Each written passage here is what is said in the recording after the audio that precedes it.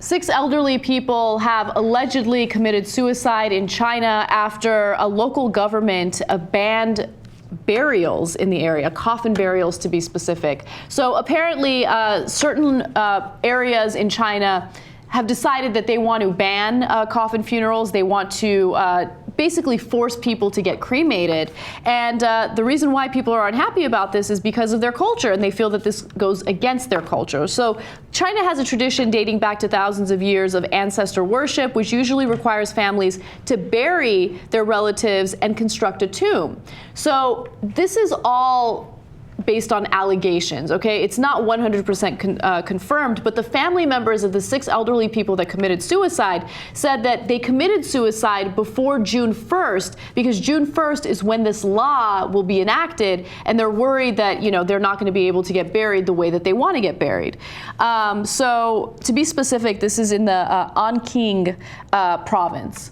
Yeah, so for two atheists like us, I don't think we care too much about what happens to our bodies afterward. We care more about the life we live and the effect we have on the people in our lives. But yeah, I mean, we have to bear in mind that for a lot of people, it's incredibly important, especially when you're so focused on tradition and your family. It's not so much that you care about your body being there because that's what you want, but you want it to be there so that your descendants will be able to see you, remember you, reflect on your life and things like that. And it's pretty ridiculous that China is stopping them from doing that. I understand that space is at a premium, and certainly there are areas of the US where it might be prohibitively expensive to bury your dead because you're in a big city, there's not enough room, you might have to do it dozens or hundreds of miles away. All that's true.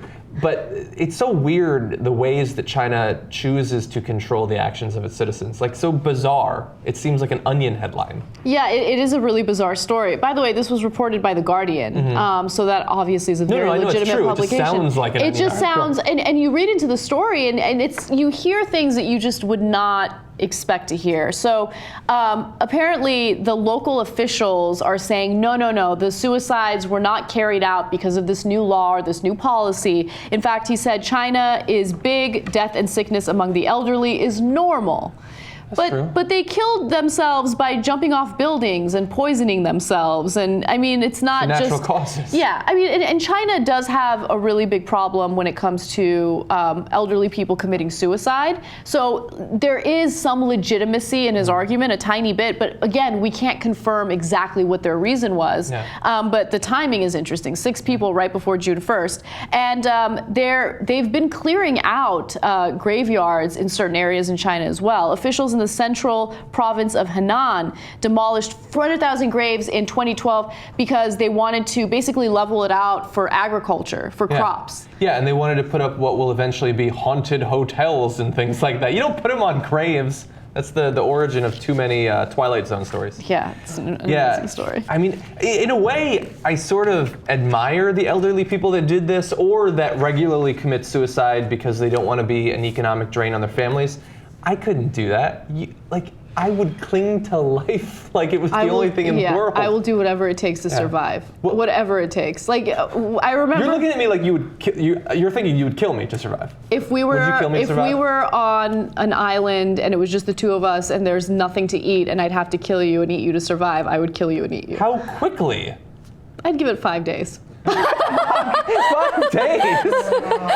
Okay, day 4, I'm looking for a coconut.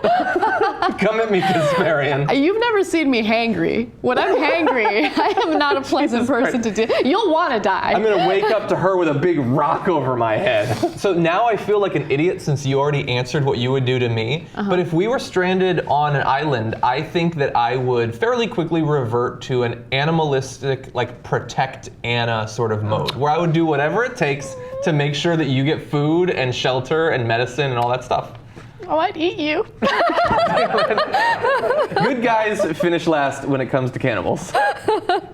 One final thing I want to say is, obviously there are many different types of traditions, many different types of burials that people believe in. There are sky burials where people will just leave a dead body on a mountain and then vultures and stuff will eat the body and that's considered part of their culture. That's the respectable way of burying someone. Yeah, I mean, any tradition is odd. Burial is weird. Cremation is weird. What would you prefer after you die? Suspended animation. What? If you know, you didn't have to ask that. If you know anything about me, you know I'm rolling the dice on the future, them being able to reanimate my body and restore life to it. Obviously, why wouldn't I want to come back? Where are you especially going in to find the future? money for that? That's the only reason I work. That's to get enough money to survive until the singularity and or be put into suspended animation and brought back. I don't know. Once I die, I die. I want it to be cheap for my family. I don't want them to have to worry about anything. Hopefully I'll pay for like a cremation or something. I don't give a shit. I'm Cremation's dead. expensive too. I know which it is, seems but crazy. it's not as expensive as a coffin burial. Yeah. You have to buy a plot of land, you got to buy the coffin. I mean, it's like tens of thousands of dollars. Yeah.